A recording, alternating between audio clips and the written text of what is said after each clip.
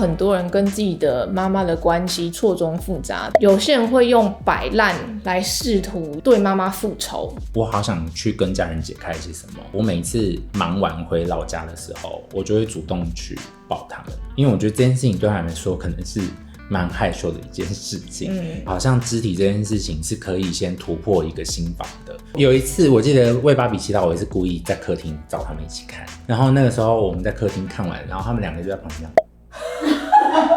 然后我坐在旁边，他们眼神完全不敢看。嗨，大家今天过得好吗？欢迎到迪克太太。嗨，大家好，我是佑人。听说你写了一本书，叫做《我娘》。对，我娘，我娘很有趣。因为虽然我知道很多人跟自己的妈妈的关系错综复杂，但是真的说要把它写出一本书，我觉得中间可能要有很多的学习吧。因为諮商101一进去通常就会问，你小时候是怎么长大的，家里的状况是怎样，跟父母的关系是什么。然后我觉得妈妈是一个通常都是一道关卡。所以諮商刚进去的时候会先问到跟家人的关系。因为他要了解你这个人，必须从你从小到大生长的脉络，就是你为什么会现在会这样子想这件事情，这么做这么看，都是跟你从小长大的经验有关嘛。那你小时候童年就是形塑你这个个性的一个关键时期，还有你跟爸妈的关系是就是第一层啦。对，所以就会问一下，因为我那时候也是新手，然后现在才知道说，这样真的是很有道理。对，因为刚出生第一个接触的大人吧，也是他们主要照顾者，连自己吃饭、洗澡、擦屁股这些我们觉得很简单的事情是都不会的。对，那当然就是他们教你嘛。我都记得我妈帮我剪指甲，她是用那种尖尖的，她不是用指甲剪。我妈也是，她是这样子剪，然后我每次都觉得她要刺到我了，然后就没有。而且其实我小时候比较喜欢给我爸剪，因为我妈她反而是比较大辣辣的那种个性，所以她每次剪指甲一定会剪到我的肉。一定会吗？一定会剪到我的肉，然后我就会觉得可以给爸爸剪吗？我爸反而比较细心。是哦，我帮我儿子剪的时候，因为婴儿的手指很小，我真的就是很小嘛，就很容易剪到，然后剪到我就会教他，因为他婴儿嘛，他说来按着，他手大概只有这么大，然后就我就叫他捏着，我就拿一个那个止血那个棉花，然后叫他这样，然后就看到一个婴儿面无表情这样。然后长大之后他会讲话之后，他就会开始跟我说不要流血。1岁多的时候，但是现在他手指头很大了，不可能会剪到了。我们觉得我们小时候什么都不会，可是殊不知如果你是第一个小孩的时候，妈妈也是不会啊。对啊，但是我相信小孩子在看妈妈照顾者的时候，跟我小时候在看我自己的妈妈，或是你在看你自己妈妈的时候，都会觉得他们应该要什么都会。对，因为我书里面就有写到说，有一次我妈妈出车祸完，然后她回到家休养那阵子，就是有一天晚上她就想要去阳台，就爸爸带她去，然后结果那时候她踏出去阳台的时候，她竟然讲说很黑，她很怕。然后我当时就在房间偷偷观察他们两个的互动，然后那个时候其实我才看到很真实的我妈妈的状态，因为她平常看起来就是一个很坚强很干练的一个女性，可是那天晚上她走出阳台，她竟然说她很怕黑，然后那个时候才想说原来妈妈还会怕黑，就像你说的，就是我们以为就是爸妈都是万能的，可是那时候就觉得这么小的事情原来妈妈也会害怕。那是大概几岁的时候？那个时候大概幼稚园大班。这么小？很小。可是我小时候就是记得很多事情，因为我们家有一个3楼，然后我妈每次都会骗我说你不要上去，上面会有虎姑婆很黑什么的。可是经过那一次事件，我就真的很惊讶说原来妈妈也会怕黑。所以虎姑婆其实是妈妈怕。虎姑婆可能就是妈妈自己会扮成虎姑婆。幼稚园哦，那我现在跟我儿子讲的话，他都可能会知道了。我觉得会啊。那不知道我儿子会不会记得他这样子？以后只要看到路边有人这样子，他就会觉得他手没事吧。我可能到30岁的时候才觉得，其实我从来就把爸妈没有当人看，因为我就会觉得他们应该要很完美，他们应该要什么都会。那甚至我还有为什么有些东西他做不到，然后就会挫折，我一直没有办法理解为什么他们会这样子。諮商是有带着我换了一个角度去看完之后，我就会练习同理吧。一开始我是不能同理我爸妈的，因为我发现我对我爸妈的要求很高。可是其实你也是那种对自己要求很高的人吧？还好。真的吗？我对我妈的要求比较高。因为我也是到高中的时候开始会懂得跟他们去谈条件，比如说我想做什么。我发现我小时候其实也是那种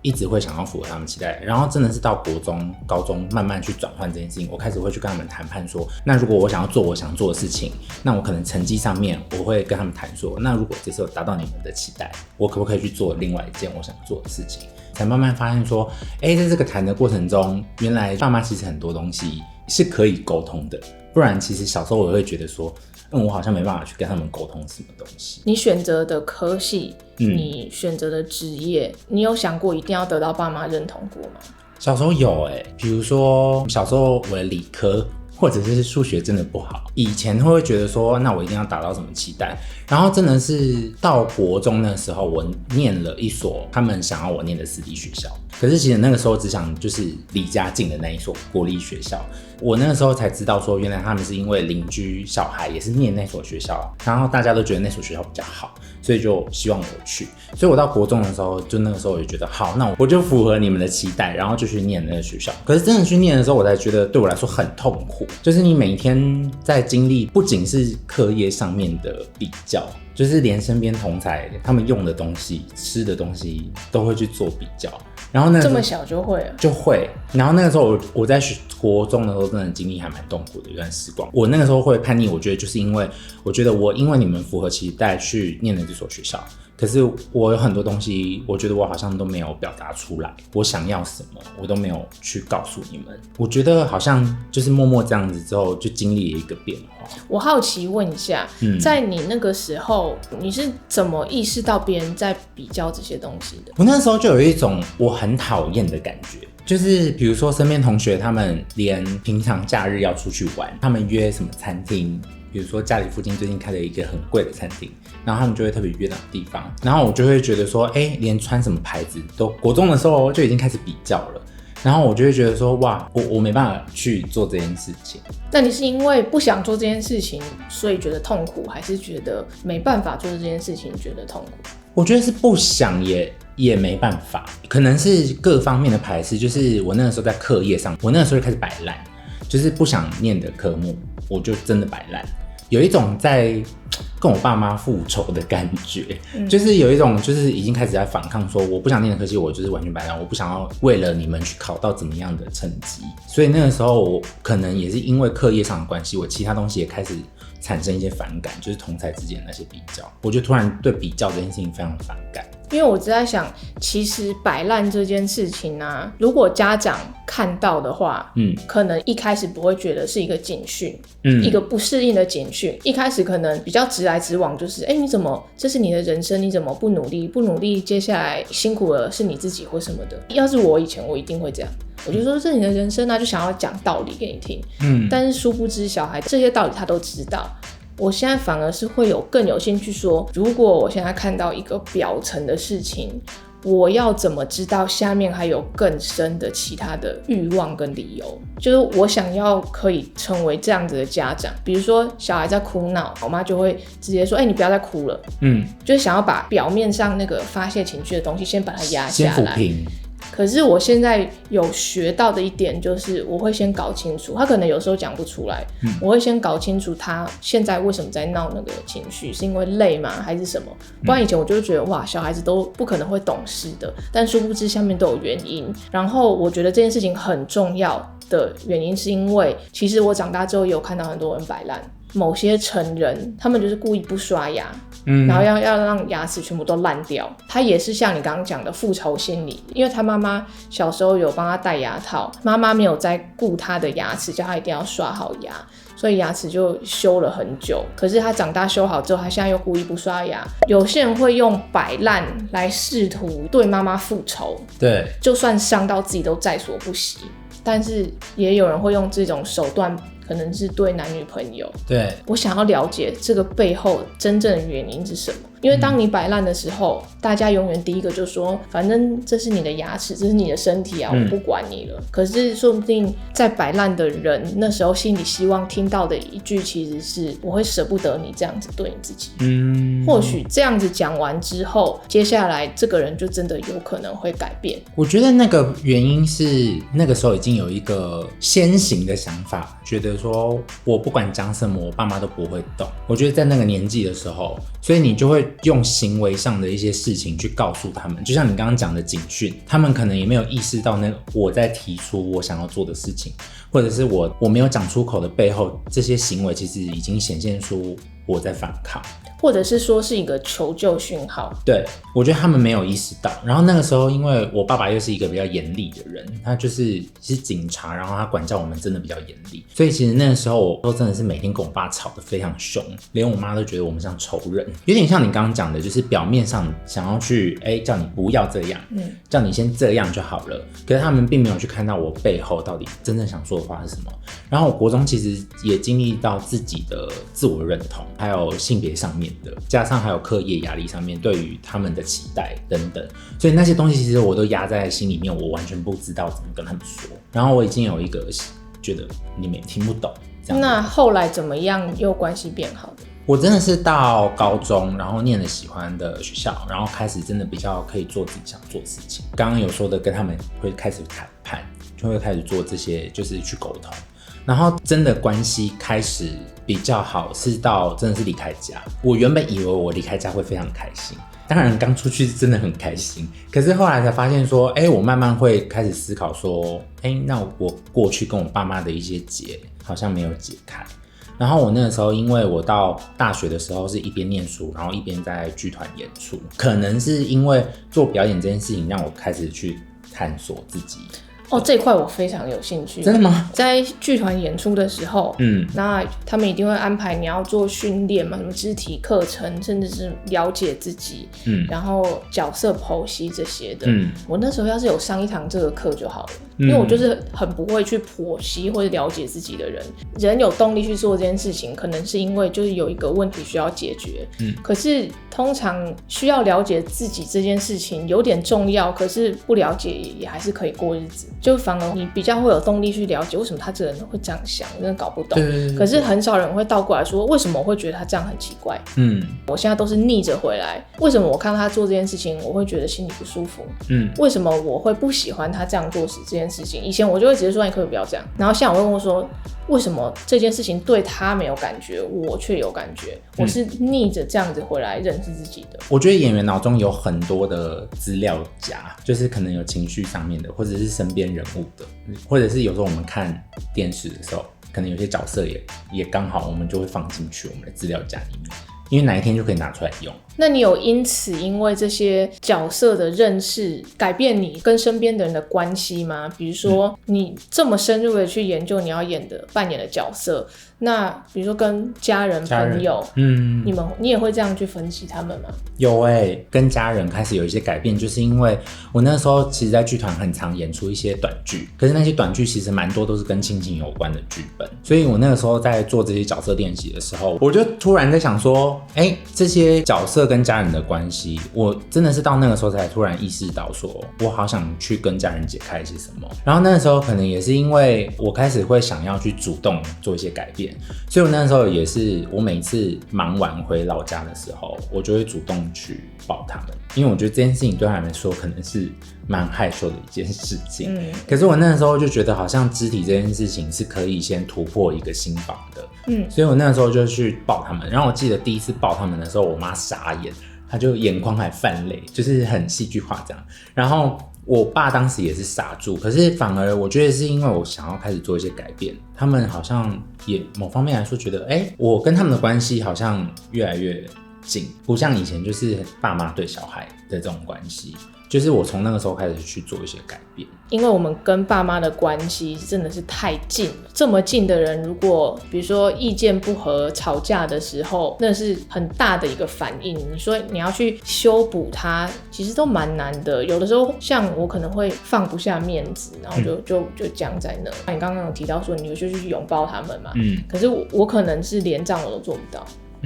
就不好意思。我真的是大了之后，然后每次会趁我们在家里会晚上就是会有一个聊天的时候，可是我以前也是觉得我不想去跟他们多聊什么，就是那种回到家我就是回房间去了，我喜欢关在房间里面。可是我那个时候真的是回去，我就试着在那个时候会开始跟他们去开玩笑聊一些过去小时候，比如说我就会说我爸比较重女轻男啊，对我妹比较好，然后小时候都打我打得很凶，就是我会用一些开玩笑的方式，慢慢去让他们觉得说，他们也会有一开始听到也会觉得好害羞，就是他们自己也会尴尬。殊不知不是开玩笑，是真的要让你知道你打我打比较多。对，就是那个时候就会用一种趁大家都比较放松的时候，然后去跟他们讲这些事情。我有时候也会透过作品去讲话，就是比如说我自己有一些内心话，我直接请他们来看戏，然后我是放在剧本里面，就是用我比较舒服的方式去跟他们进行一些对话。然后有时候看完戏或什么的，他们也会跟我聊，就是我就开始比较敢去用一些其他的方式，不会这么直接说，我今天要找你来讲什么事情。我觉得真的就是不管是不是跟爸妈，或是可能有时候跟朋友会有点小吵架，你真的要说，我们现在吵架，我们现在来好好讨论这件事情。就是不行，会突然变得很严肃，或者是跟男女朋友也是，我现在才知道说原来直来直往是行不通的。就是平常都会说，你就直接讲嘛，对，你就直接讲，你有什么事你就直接讲。对，可是真的讲的时候，他们又会丢，就你真的有这么讨厌我吗？你确定你这时候要讲吗？就是我觉得场合还蛮重要的，还有彼此的那个状态。这个我学到，心情有没有放松，然后那个场合适不适合讲，对，甚至是要等当下情绪过了再讲，不要说好啊，我们现在就是不要沟通吗？来沟通，大家沟通。对，就是好像真的要挑时机，而且我还有一个还蛮重要的人，就是我妹妹。还有中间一个协调的。对，因为其实我跟我妹妹是那种，我们只差2岁，然后就是我们的共同话题很多，然后从小感情很好，所以她就变成是一个我跟我爸妈沟通之间的，也是一个桥梁。我觉得中间有一个这样的人也蛮重要的。而且你刚才讲的时候，我自己有发现，我其实真的有在规划。上了大学，然后包含我那个时候休学去来台北念戏剧，就是我那时候就已经开始规划，说我什么时候大概要跟我爸妈去讲我感情的事情，什么时候要跟他们和解，就是他们有不能接受吗？他们当下是有点吓到，可能长久以来已经有心理准备，但是他们那个时候其实是有吓到，就不想听，其实就是他们也不知道怎么作何反应。我那时候发现我有一步一步在让他们去，就有点像你说的，就每次回家妆都越来越浓，让他们慢慢习惯那个眼影的堆叠，不是这么外在的习惯。我之前做过一件事情，就是我大学时期每次回家，然后那个时候 DVD 店还很盛行，我都会故意去租那个什么为芭比祈祷啊，然后就是相关的片子，然后我就会直接放在问号，直接放在那个客厅给他们看。然后我爸妈就想说，我怎么又租就是类似题材的片？有一次我记得为芭比祈祷，我也是故意在客厅找他们一起看，然后他就在讲就是同志他们去抗议的一些过程，如何去争取一些权益。然后那个时候我们在客厅看完，然后他们2个就在旁边然后我坐在旁边，他们眼神完全不敢看我，不要对到，对，没有不敢对到眼神。我那时候就是会用一些行为上面去暗示他们。就蛮大的暗示了，我觉得。对啊，很大。我原本以为是一些比较轻微，比如说偶尔会不小心肩带漏下掉下来，哎呀，这样。我书里面有跟我妈写日记，然后其实写了蛮多私密的事情。然后我们就会想说，我发现我妈是老大，然后我也是家里面的老大，然后我们就发现我的个性会比较急，或者是有些地方有点叛逆，就其实跟我妈蛮像的。然后他就说，有可能他也是身为老大的关系，因为你前面没有一些潜力，然后我们就会已经习惯好像要冲在前面去承担一些事情。所以我的个性也是喜欢，比如说工作上或生活上，我很容易把一些事情揽在自己身上。然后我就发现我这些东西跟我妈其实都很像。还有身教啊，你就看着你妈这样做事，你自然而然就学得跟她一样。对，所以我现在都会看着我妈，然后心里想，好，我不要那样。我接收了她的价值观、世界观，跟她做事情的方式，不知不觉，我相信很多人都这样。你仔细看，你一定就是像你妈或像你爸。你就算你再怎么觉得他们做事情很奇怪，就是会有。我原本不相信哦，我还说没有，我跟我妈很不一样，完全不一样的人。然后之后就是諮商师一条一条的把它列出来之后，我就说跟他蛮像，这样反而会让你们容易吵架。因为处事的方式也很像，就两个可能应对应，然后就这样子，大家对于越亲近的人越容易把真实的自己表现出来。对，哪有儿子不跟妈妈吵架的？一定会啊，一定要吵啊。所以如果自己觉得你跟家人就是会吵架，其实就表示你们其实感情蛮深厚的。对，但就想办法不要那么直接，你就是绕个弯，那来讲同一件事情。这是我学了很久才会的事情，就是换一个角度跟他讲，换一个时间，换一个心情，换一个场合来讲这件事情，就有办法好好的沟通了。对，迂回一点讲。东方人的个性其实有时候就蛮迂回的，可是跟自家人不会迂回。可是爸妈的爱有时候又很迂回啊。如果迂回放在对的地方，我觉得像沟通上有时候也是一种方式，就是可能行为上面就真的会还蛮有用的。就大家可以试试看啦，就是可能7-8成的观众对自己妈妈的关系就是这样，错综复杂，又爱又恨，然后又觉得她很奇怪。对，但是又想要孝顺，然后又想要得到妈妈的爱，又想要妈妈肯定，这时候你的人生就会出现各种的疑问。倒回来重新再看一下，妈妈有妈妈的限制，她也是人，那她会这样子做事情想事情跟她生长的时空背景有关。如果你能用人的角度去了解自己的妈妈的话，或许你才有那个能量去迂回，不然就会觉得我就是跟她斗到底。因为我那个时候在写这些故事的时候，我就很印象深刻，我妈就跟我讲了一句话：哎呦，妈妈以前也在学嘛。